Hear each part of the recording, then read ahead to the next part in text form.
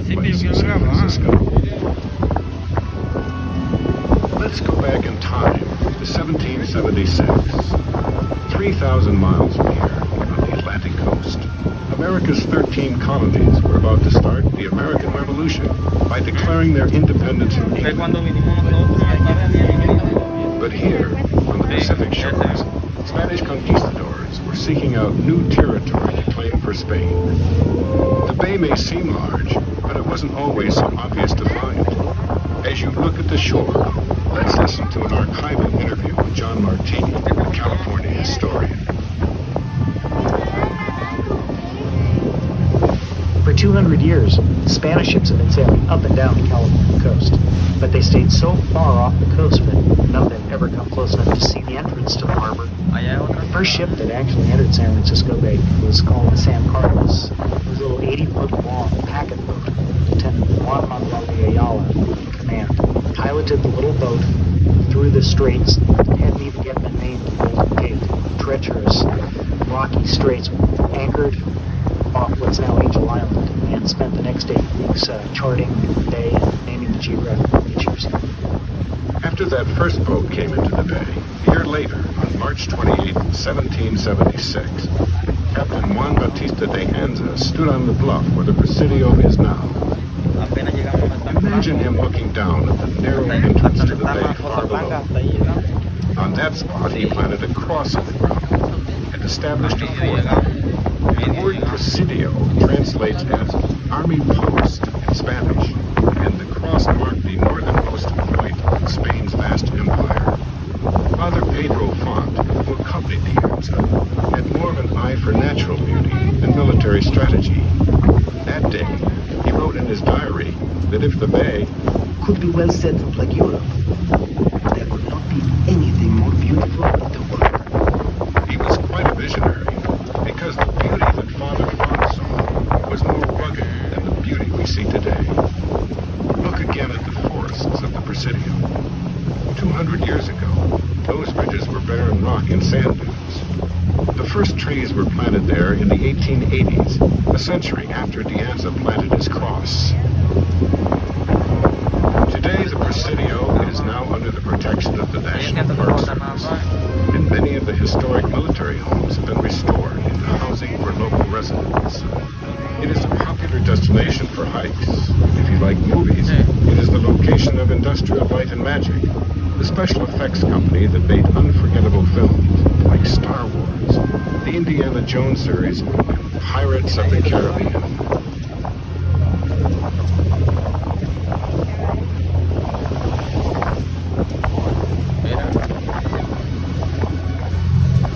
Let your eyes sweep across the bay. We are traveling back over 150 years ago, when San Francisco was a sleepy town on a beautiful bay in the middle of nowhere. That was 1847. But in 1848...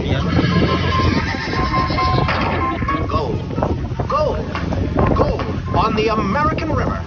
San Francisco's days as a quiet town were gone forever. At first, the town almost disappeared.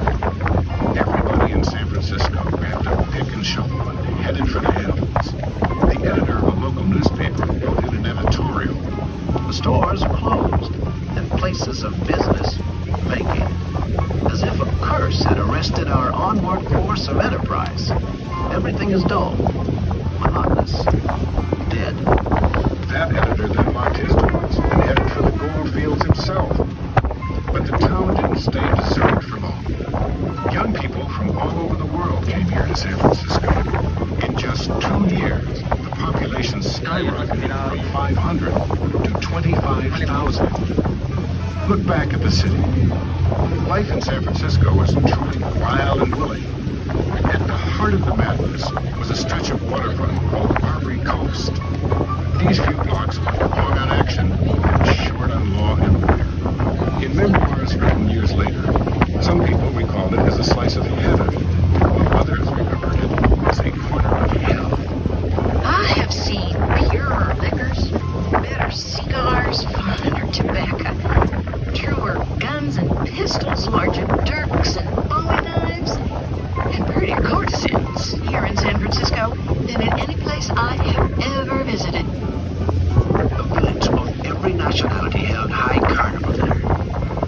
a grand theater of crime, licentiousness, debauchery, insanity, misery, poverty, wealth, profanity, blasphemy, and death.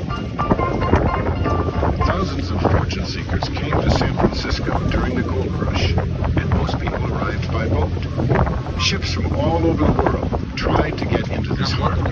One historian estimated that over 700 ships grounded along the coast during the first 6 years of the gold rush.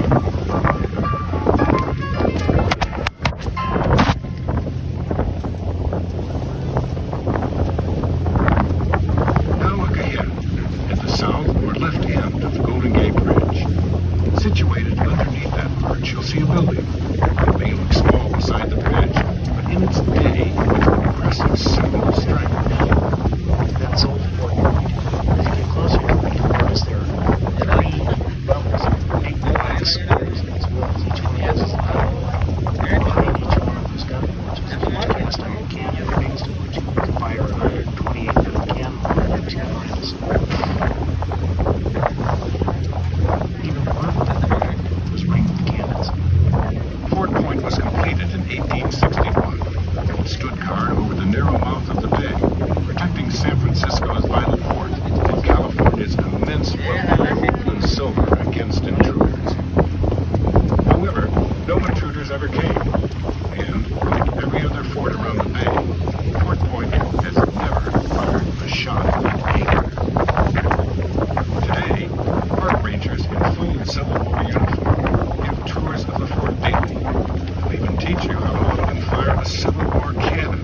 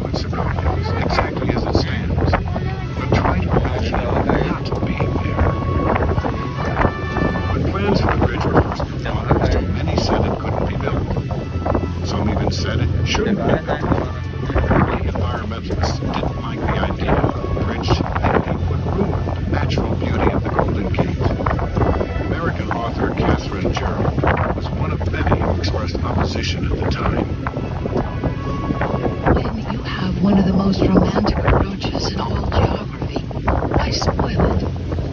In the interest of your own uniqueness, dear San Francisco, do not bridge the Golden Gate. The War Department in Washington, D.C. objected by claiming that it would be a serious hazard to airplane navigation.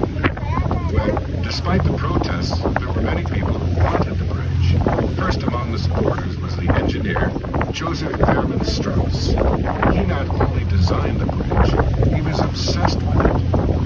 He wasn't the man to give in to an engineering challenge or political opposition. Encouraged by Strauss, the voters in the region approved the bridge. Construction began in 1933. The design that was finally developed actually turned out to be one of the most graceful and delicate objects of Art Deco art that was ever created. And the scale was just immense. The towers were 7 feet height, the main span 4,200 feet. No one had ever built a bridge like this before. Some people say you can never build it again. Look at the tower at the San Francisco Bridge. The concrete foundation the tower is standing on. This was the first great challenge, building a concrete pier in water more than 100 feet deep. More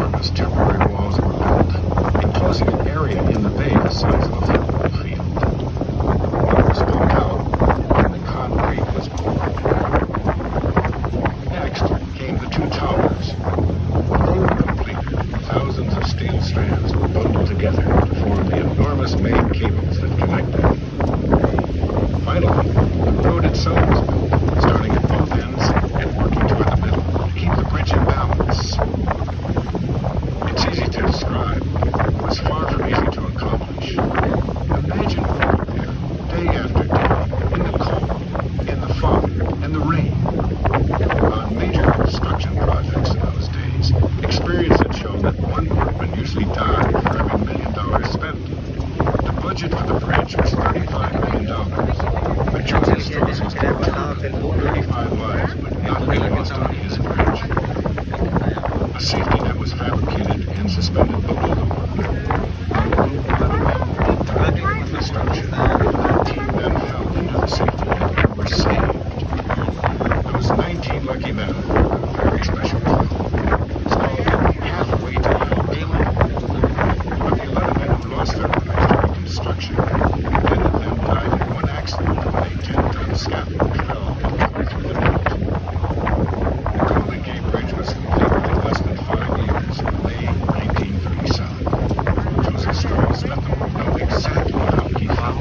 The Golden Gate Bridge, the bridge which could not and should not be built, which the War Department would not permit, which the rocky foundation of the pier base would not support, which would have no traffic to justify it, which would ruin the beauty of the Golden Gate, stands before you in all its majestic splendor, in complete refutation of every attack made upon it. Look up at the Twin Towers. They rise nearly 750 feet above the water. Let your eyes follow the bridge from shore to shore. The roadway extends for 1.25 miles without touching down on solid ground. Look at the two main cables. There's enough wire there to wrap around the pilot 3 times. Each strand in the cables is secured to steel reinforcements in a 50,000-ton foundation buried deep underground. Impressive numbers, but numbers that you can't tell steel on the Golden Gate Bridge. Fluid and steel and concrete. Then, it has become a symbol of America's hope, as inspiring and recognizable as the Statue of Liberty.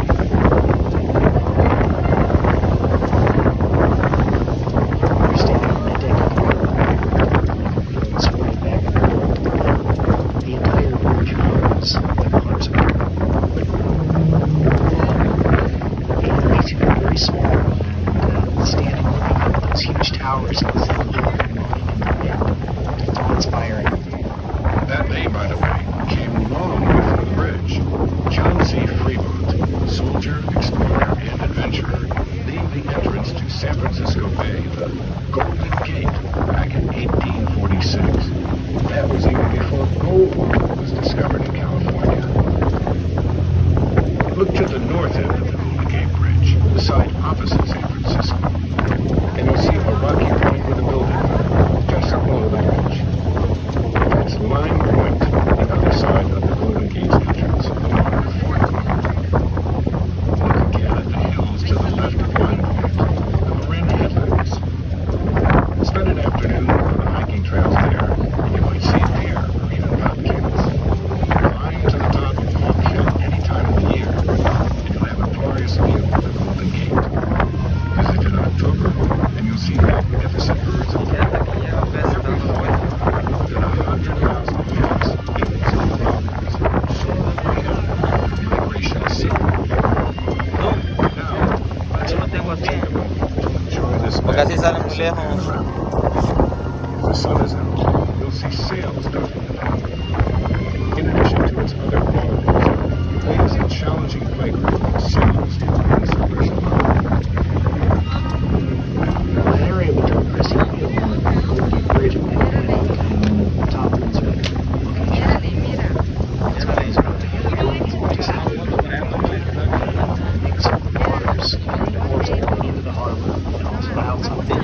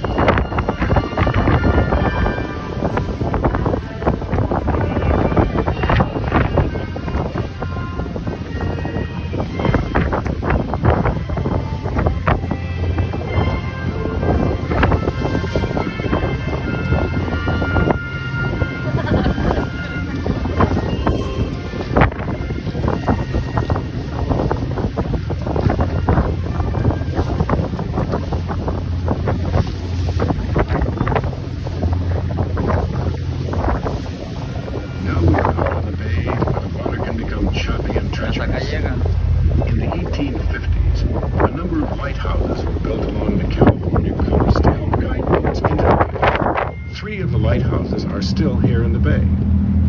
But even with lighthouses, buoys, and foghorns, navigating the narrow harbor entrance is no easy feat.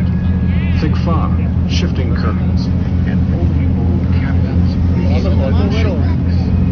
In 1901, wreck of the steamer City of Rio de Janeiro was the worst maritime disaster Y aquí ever tenemos recorded. visión porque de Libra para The allá. steamer usually transported Chinese immigrants across the Pacific.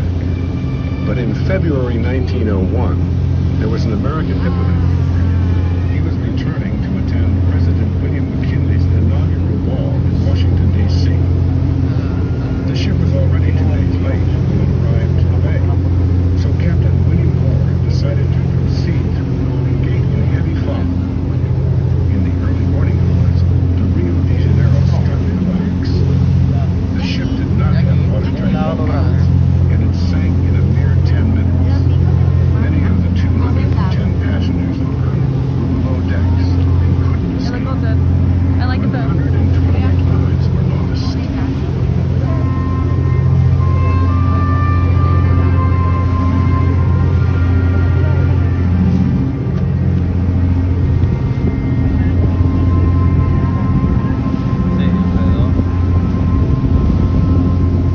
Y esta me va a tirar media hora va apenas.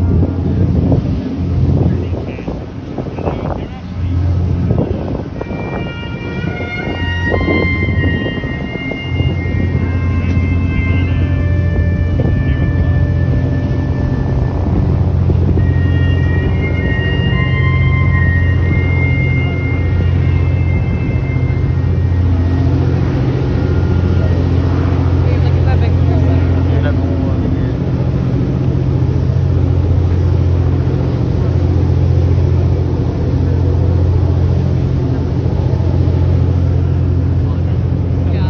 The sea can be dangerous, but you might be grateful that we are out on the water right now, because one thing San Francisco is famous for is surviving earthquakes. Look at the city skyline. The Great Quake of 1906 began at 12 minutes past 5 a.m.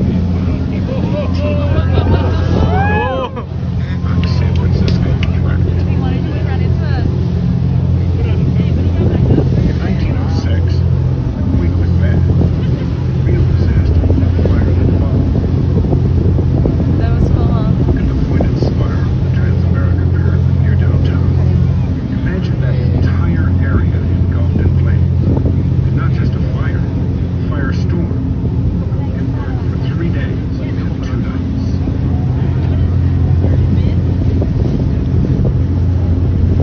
By the time the fire burned itself out, much of San Francisco's once proud downtown was little more than rubble. 28,000 buildings had been destroyed, and 250,000 people were homeless. Tens of thousands of San Franciscans lived for months in tents while the city was rebuilt. The damage was awesome. But in just 3 years, 20,000 new buildings went up, and San Francisco was back on its feet again. Its citizens knew their city could survive just about anything. The Great Quake of 1906, San Francisco's worst earthquake, was certainly not the first, and unfortunately, not the last. Look out the windows and the city from the vantage. The earth shook again in October 1989, and it was the Marina District that suffered the greatest damage in ¿Te that. quieres tomar foto? The man-made land reclaimed from the bay rolled like ocean waves, and buildings collapsed into rock. Stuart Brand was driving his car there when the earthquake struck. Look at that guy, look.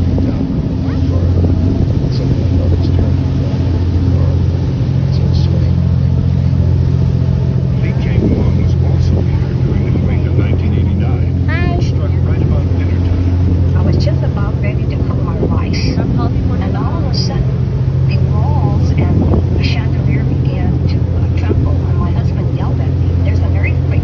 I just ducked under with the dining table. I turned off all the electricity. And we didn't have dinner that night.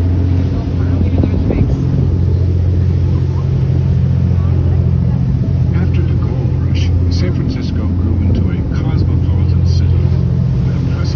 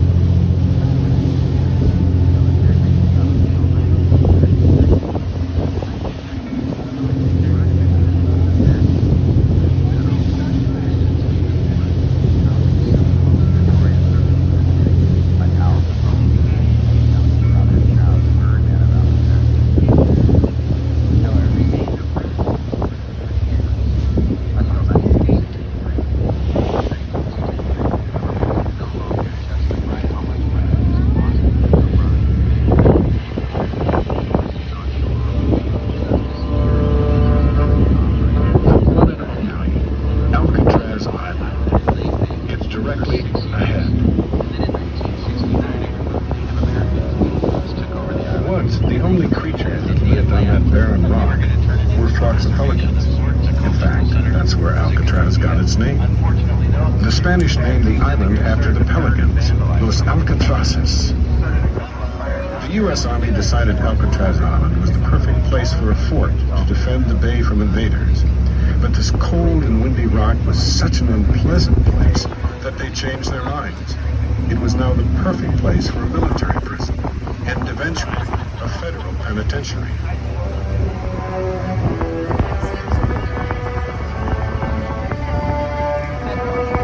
It was a time when gangsters were becoming heroes to people. The government needed to send a message that crime did not pay. So they created Alcatraz, the very last stop in the country's prison system. The place to send the worst criminals of all. Yeah, my name is Leon Whitey Thompson. My number was 1465, AZ 1465. I was a man that had total hatred in them days. I hated anything that walked to crawl on this earth. And when you got a man like that in prison, you got to get rid of him. And that's what they did. They shipped me to Alcatraz.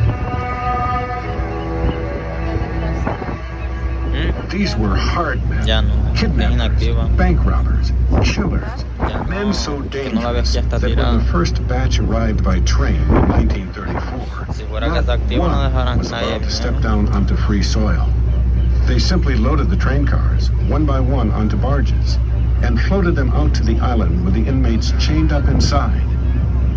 Rumor was that if a man died on Alcatraz, his corpse would leave the same way, stone cold dead, but in chains.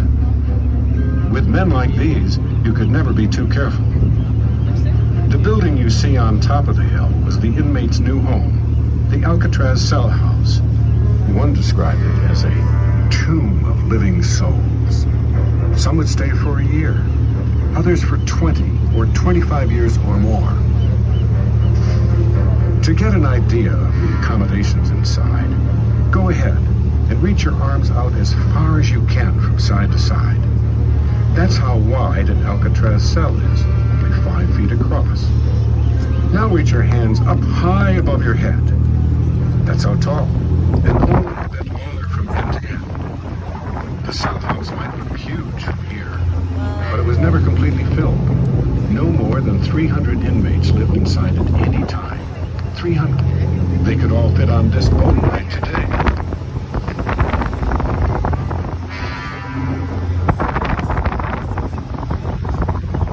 I know.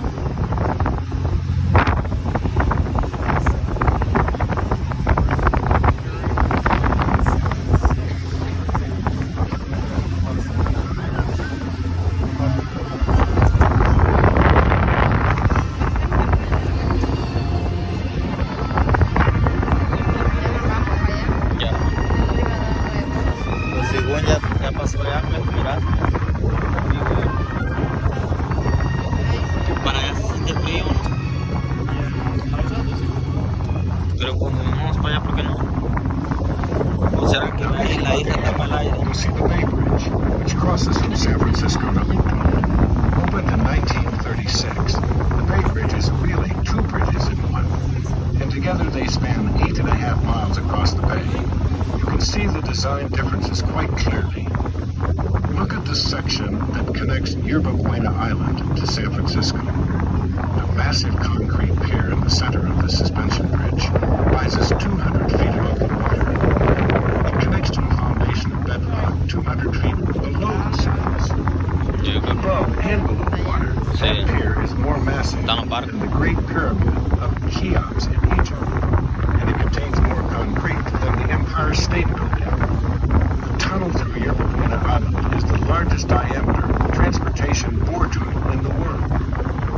The Bay Bridge received international attention when a section of the roadway collapsed during the 1989 earthquake. That section was part of the older cantilever bridge that connects to Oakland on the other side of Yerba Buena Island. It is here you can see the new bridge design. This eastern portion of the bridge is the largest self-anchored suspension bridge in the world. The central tower rises 525 feet. Entonces acá los It is designed to withstand a magnitude 8.5 earthquake. No puede ser otro día que lo reclames eso. But as part of a vital link between Oakland and San Francisco that carries more than 300,000 automobiles per day. Now look at the low, flat island connected to Yerba Buena Island at the middle of the bridge. That's Treasure Island. It's an artificial island that was built as a site for the 1939 Golden Gate International Exposition World's Fair. Back in 1850, long before the Bay Bridge was built, it was said that there were so many ships anchored in the bay that you could walk from San Francisco to the East Bay without getting your feet wet. Many of those ships were abandoned, eventually being burned, sunk, built over, and used as landfill in downtown San Francisco.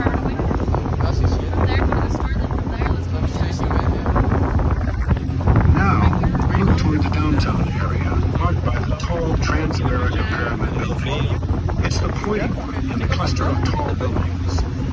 Even today, when during construction in downtown San Francisco, you run into portions of these older ships. One was discovered right next to the Transamerica Pyramid a few years back. And out of its hold came cases of champagne, jewelry, all that was in the shipyard in 1853.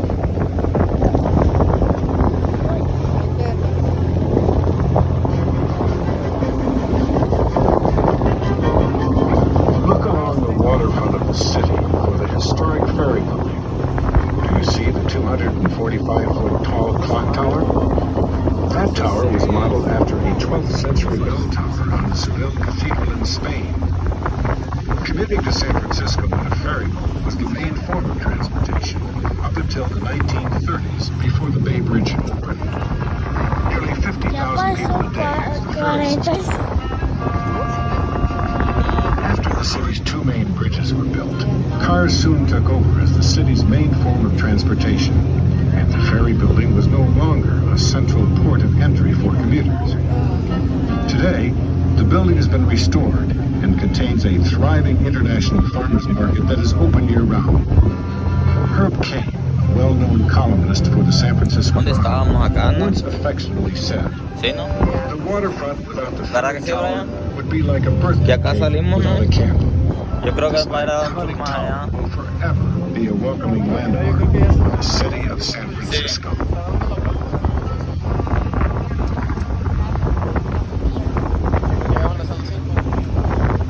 Faltan 15 minutos para la hora. As we cruise past the heart of the city on our way back to Fisherman's Wharf, look up at Telegraph Hill. It's the hill closest to the water, the one with a single white column on top. That's Coit Tower. Coit Tower was built when was left by Lily Hitchcock Coit. She grew up in the city and was a tomboy that used to chase fire engines. She quite literally would bolt out of fancy formal affairs when she heard the fire alarms going. She loved firemen. Legend has it the towers was Coit Tower is a famous San Francisco landmark. More than that, it represents the legacy of a woman who loved bright lights, adventure, and the excitement of chasing first on fire engines.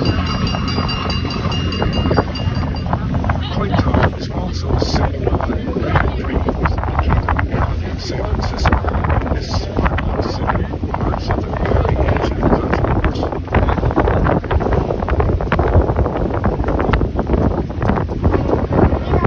As we head back, we will soon approach our final destination.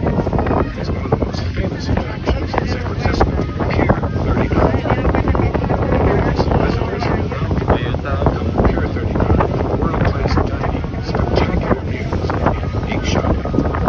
In fact, one unusual group of visitors came to visit the pier in the months following the Loma Prieta earthquake, and they never left.